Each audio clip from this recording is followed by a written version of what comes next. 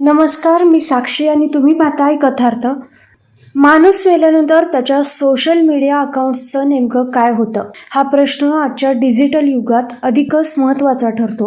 विशेषतः Meta platforms, पूर्वीचे Facebook यांसारख्या मोठ्या कंपनीकडे अब्जावधी वापरकर्त्यांचा डेटा साठवलेला असताना मृत्यू व्यक्तीच्या खात्याचं भवितव्य काय असतं याबद्दल अनेक तर्कवितर्क लावले जातात. सोशल मीडियावर एखादी व्यक्ती सक्रिय असताना तिचं प्रोफाईल हे संवाद, आठवणी, फोटो, व्हिडिओ आणि विचारांचं जिवंत संग्रहालय असतं. पण त्या व्यक्तीच्या निधनानंतर हेच खाते एका वेगळ्या स्वरूपात परिवर्तित होतं. अधिकृत धोरणानुसार नातेवाईकांच्या विनंतीनुसार खाते मेमोरियलाइज्ड केलं जाऊ शकतं किंवा कायमचं डिलीटही केलं जाऊ शकतं. मेमोरियलाइज्ड खात्यावर रिमेंबरिंग अशी नोंद दिसते आणि ते प्रोफाईल श्रद्धांजलीचं डिजिटल स्मारक बनतं. तथापि अनेकदा असा दावा केला जातो की प्रगत अल्गोरिदम वापरकर्त्याच्या अचानक निष्क्रियतेवर मित्रपरिवारातील RIP किंवा श्रद्धांजली अशा शब्दांच्या वाढत्या वापरावरून संभाव्य निधनाचा अंदाज बांधू शकतात.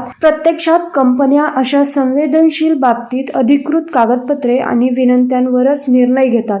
परंतु तांत्रिकदृष्ट्या AI मोठ्या प्रमाणातील पॅटर्न ओळखण्याचं सक्षम आहे, हेही तितकंच खरं आहे. मृत व्यक्तीच्या सार्वजनिक पोस्ट, लाईक्स आणि कमेंट्स यांसारख्या डेटा भविष्यातील मशीन लर्निंग मॉडेल्सना अधिक अचूक बनवण्यासाठी अनामिक स्वरूपात वापरला जाऊ शकतो. त्यामुळे काही तज्ज्ञ या डेटाला डिजिटल जीवाश्म असे संबोधतात. एक असा ठेवा जो व्यक्तीच्या आयुष्याच्या पलीकडेही तांत्रिक जगाचं अस्तित्व टिकवून ठेवतो. यासोबतच डिजिटल लेगसी ही संकल्पना महत्त्वाची ठरते. वापरकर्ता जिवंत असताना लेगसी कॉन्टेंट नियुक्त करू शकतो, जो त्याच्या निधनानंतर खाते व्यवस्थापित करू शकतो. मात्र खाजगी मेसेजवर कोणालाही प्रवेश दिला जात नाही, ही डिजिटल गोपनीयतेची कडक अट आहे. काही तंत्रज्ञान तज्ज्ञ सेल्फ डिस्ट्रक्ट किंवा दीर्घकाळ निष्क्रिय असलेली खाती स्वयंचलितरित्या हटवण्याच्या कल्पनेवर चर्चा करतात. पण अशा धोरणांची अंमलबजावणी कायदेशीर आणि नैतिक चौकटीतच केली जाते. भविष्यातील आणखी एक चर्चेचा विषय म्हणजे मेटावर्स आणि व्हर्च्युअल रियालिटी. मेटा क्विस्ट सारख्या प्लॅटफॉर्मच्या माध्यमातून डिजिटल अवतार आणि